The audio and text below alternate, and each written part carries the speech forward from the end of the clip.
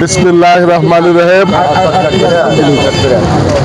অত্যন্ত বৈরী পরিবেশে বৃষ্টি স্নাত দিনে বুধবার সরকারি কলেজ ছাত্রদল কর্তৃক আয়োজিত আজকের এই বিক্ষোভ সমাবেশের স্নেহাস্পদ সভাপতি বুধবার সরকারি কলেজ ছাত্রদলের সংগ্রামী আহ্বায়ক শাহ আলম, উপস্থিত আছেন সদস্য সচিব জেনি, যুগ্ম আহ্বায়ক নাইম।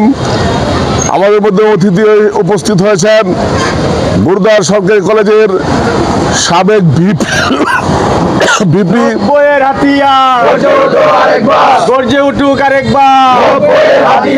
সাবেক ভিপি, জেলা বিএনপির ছাত্র বিষয়ক সম্পাদক এবং জেলা স্বেচ্ছাসেবক দলের সাবেক সিনিয়র যুগ্ম আহ্বায়ক বাহার মিয়া বাহার।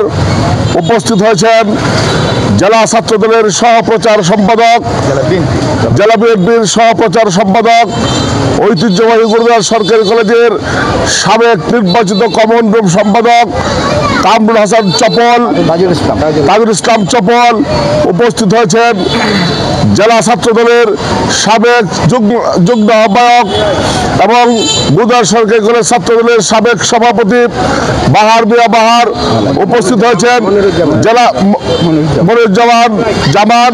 উপস্থিত হয়েছেন জেলা ছাত্র দলের সদ্য বিলুপ্ত কমিটির সংগ্রামী সাধারণ সম্পাদক, বারবার কারা নির্যাতিত ছাত্র নেতা ফেরদৌস আহমেদ নেবিন। উপস্থিত হয়েছেন জেলা ছাত্র দলের অন্যতম নেতা সাবেক সাংগঠনিক সম্পাদক শরীফুল ইসলাম নিশাদ। উপস্থিত আছেন নৌশাদ রাজীব সহ রাফি সহ নেতৃবৃন্দ। সবাইকে আমার ব্যক্তিগত পক্ষ থেকে আমার প্রাণপ্রিয় সংগঠন বাংলাদেশ জাতীয়তাবাদী দল কিশোরগঞ্জ জেলা শাখা এবং সদর উপজেলা শাখার পক্ষ থেকে সংগ্রামী সালাম এবং শুভেচ্ছা জানাচ্ছি। আসসালামু আলাইকুম। প্রিয় ভাইয়েরা, আমার 1988 সনে উচ্চ শিক্ষার প্রত্যাশা নিয়ে এই গুরুদাস সরকারি কলেজে ভর্তি হয়েছিলাম। বন্ধুরা আমার, 1989 সনে জাতীয়তাবাদী ছাত্র দল থেকে অংশগ্রহণ করে জাতীয় ছাত্র সংসদ নির্বাচনে খেলাধুলা সম্পাদক নির্বাচিত হয়েছিলাম।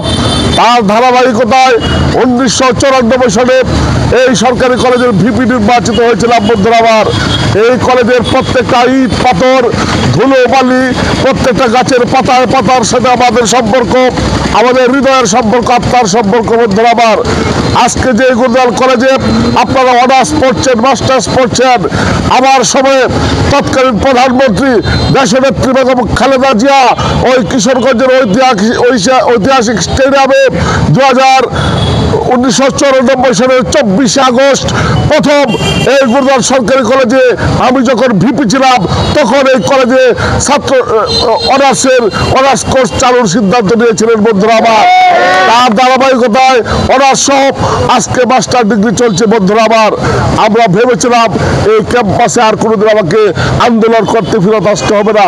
আমরা ভেবেছিলাম আমরা আমাদের দায়িত্ব শেষ করেছি, এখন যারা আছে তারা তাদের দায়িত্ব পালন করবে।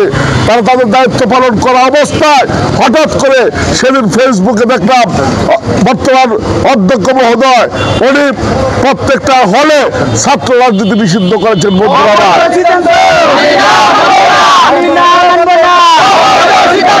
অবৈধ সিদ্ধান্ত